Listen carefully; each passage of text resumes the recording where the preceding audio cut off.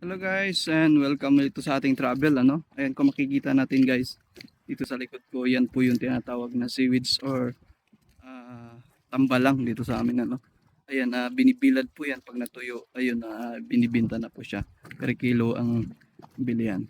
So guys, dito na naman tayo sa napakagandang view na ating napuntahan Ayan, kung makikita natin dito likod ko. Ito guys, panoorin niyo po.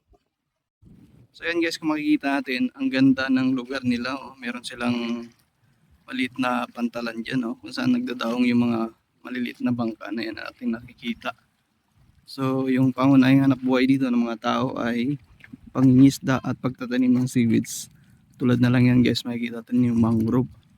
Ang linaw po ng dagat guys. At ito po yung seaweeds guys, ito. Ayan, binibilad po nila yan.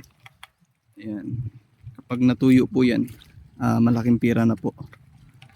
Ito.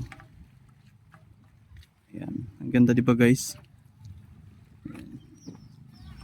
Ayan, tinatanim po yan dyan sa dagat guys. Ayan, kung makikita natin, merong mga kahoy dyan.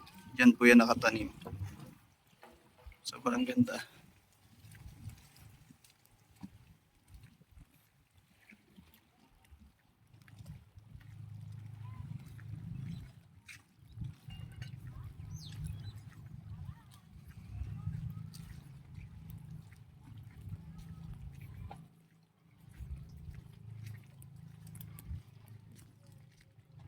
Ayan guys. So dito tayo sa kanilang maliit na pantalan Ang ganda guys, ang ganda. Ang ganda pa ng panahon. Ayan. Makikita natin dito may mga gagandang island dyan.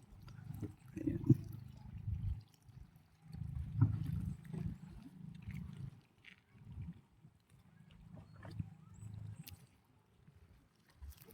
So yun guys, patuloy nyo pong suportahan ang aking mga content dito sa PL Ocon at siyempre doon sa aking page Spellmix Vlog. Ayan. Maraming salamat at enjoy nyo po ang inyong nakikita dito sa aking mga content. Ayan guys, bye bye.